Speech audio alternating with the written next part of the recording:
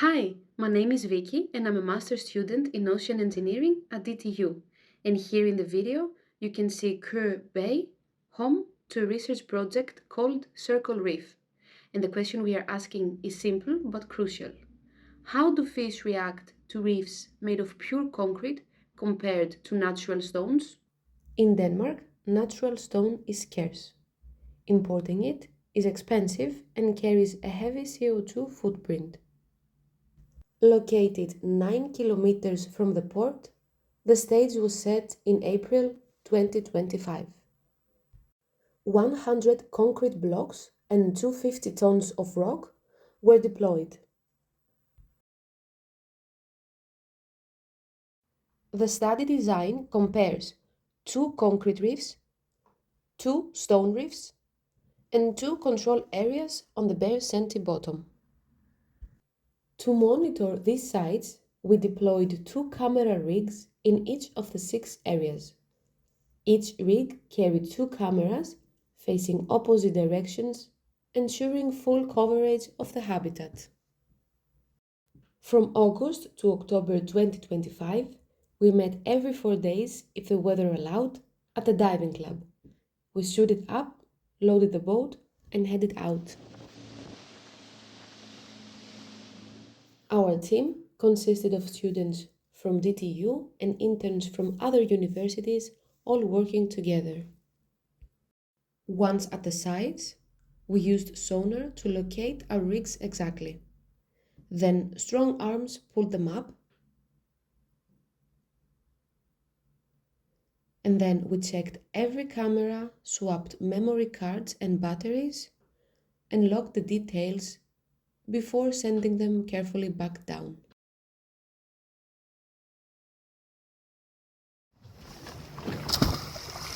Good job. After a long day, we headed back to the club for a well-deserved coffee and snack before we started screening the footage to select the videos meeting the research criteria for analysis. During this process, we also bumped into some pleasant surprises.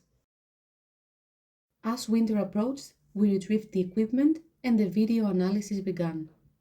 I focused on 3 key groups: the Atlantic cod, the gold wrasse, and the 2-spotted goby. Let's start with the Atlantic cod. Historically, cod in Denmark could grow over 40 centimeters and weigh 40 kilos. But due to overfishing and other factors, their size and abundance have dropped significantly, often staying below 20 centimeters today. And that's why we were so excited to see this many cod gathering around the underwater structures. Next is the gold wrasse, a small species reaching about 10 to 12 centimeters in Denmark. While they naturally prefer rocky reefs and algae, they were also spotted frequently around the concrete reefs. Here is a fun fact. Did you know that gold wrasse are known as cleaner fish? In Norway, they are actually used in salmon farms as a biological control measure to naturally remove harmful sea lice parasites.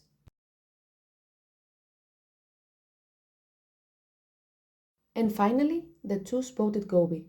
Reaching a maximum size of just 6 centimeters, they prefer rocks and algae, but were also spotted darting around the concrete blocks. Did you know that despite their small size, males produce complex sounds called drums and thumbs to attract mates and defend their territory? They literally sing to each other using vibrations from their pectoral muscles. From what we've seen so far, the concrete reefs appear to host a similar variety and quantity of fish as the natural stone reefs. However, it is important to note that these are preliminary findings. Science takes time, and much more work is needed to draw robust conclusions about whether concrete can truly supplement stone. But projects like Circle Reef are the first step. They give us the data we need to make smarter and more sustainable choices for our oceans. This project was a massive team effort. I want to thank the Circle Reef team, my supervisors Lars Emil, who kept us safe on the boat, and Jon, who coordinated the entire process. And of course everyone who participated in the dives and worked on the boat to make this data possible.